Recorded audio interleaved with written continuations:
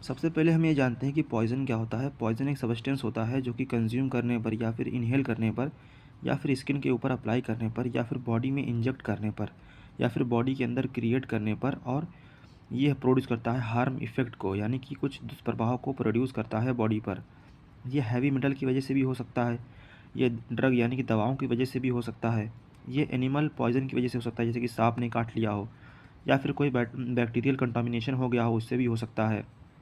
अक्सर क्या होता है, हम बासी खाना खा लेते हैं तो उससे भी ये फूड पॉइज़निंग हो जाती है, या फिर कोल्ड ड्रिंक वगैरह में कोई भी बैक्टीरिया वगैरह हो तो उससे भी हो सकता है।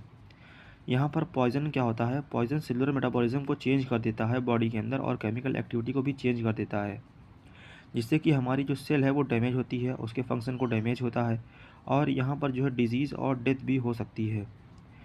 अब यहाँ पर हम बात करते हैं पॉइज़निंग क्या होती है। पॉइज़निंग होती है जब इंजरी हो जाती है या फिर डेथ हो जाती है सेल की ड्यू टू पॉइज़न, यानी पॉइज़न की यानी जहर की वजह से जब सेल की डेथ हो जाती है या फिर सेल में इंजरी हो जाती है तो उसको हम पॉइज़निंग बोलते हैं।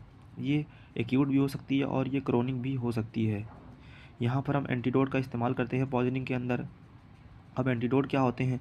एंटीडोट ये वो सब्सटेंस होते हैं जो कि न्यूट्रलाइज़ कर देते हैं पॉइज़न को और उस या फिर उसकी जो हार्म इफ़ेक्ट है उसको रिड्यूस कर देते हैं बॉडी के अंदर। अब यहाँ पर हमारे पास 3 टाइप के एंटीडोट हैं। नंबर 1 है फिजियोलॉजिकल एंटीडोट और दूसरा है केमिकल एंटीडोट और तीसरा है मैकेनिकल एंटीडोट। यहाँ पर जो फिजियोलॉजिकल एंटीडोट होता है वो क्या करता है, वो पॉइज़न के इफ़ेक्ट को रिड्यूस कर देता है या फिर उसी के जैसा अपोज़िट इफ़ेक्ट प्रोड्यूस कर देता है। जैसे कि यहाँ पर हम कैफ़ीन का इस्तेमाल करते हैं मॉर्फिन पॉइज़निंग के अंदर।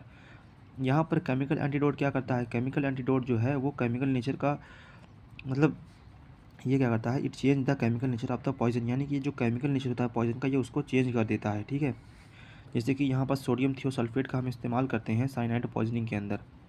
और जो हमारा तीसरा है वो मैकेनिकल एंटीडोट है, ये क्या करता है, ये प्रिवेंट कर देता है एब्जॉर्प्शन के पॉइजन को, यानी जो पॉइजन हमारी बॉडी में एब्जॉर्ब हो रहा है इसके एब्जॉर्प्शन को ये स्लो कर देता है।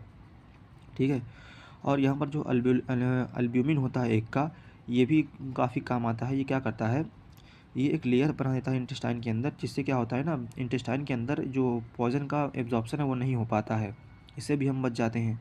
ठीक है, और यहाँ पर जो जनरल प्रिंसिपल होता है पॉइजनिंग ट्रीटमेंट का वो क्या होता है, रिमूवल ऑफ अनएब्जॉर्ब पॉइजन, यानी कि सबसे पहले देखो, अगर किसी ने जहर खा लिया है या फिर उसके बॉडी में चला गया है तो हमारे पास 3 तरीके हैं उसको ठीक करने का। पहला क्या है, जो अभी पेट में गया है यानी कि जो अनएब्जॉर्ब पॉइजन है उसको उल्टी करके बाहर निकाल देना है। ठीक है, दूसरा क्या होता है, रिमूवल ऑफ एब्जॉर्ब पॉइजन, यानी कि अब जो बॉडी में चला गया, अंदर खून के अंदर पहुंच गया है पॉइजन, अब उसको कैसे बाहर निकालना है, तो इसमें हम डायरेटिक्स वगैरह देते हैं, यानी कि जो बार बार पेशाब लगे जल्दी जल्दी और आदमी उसको बाहर निकाल दे।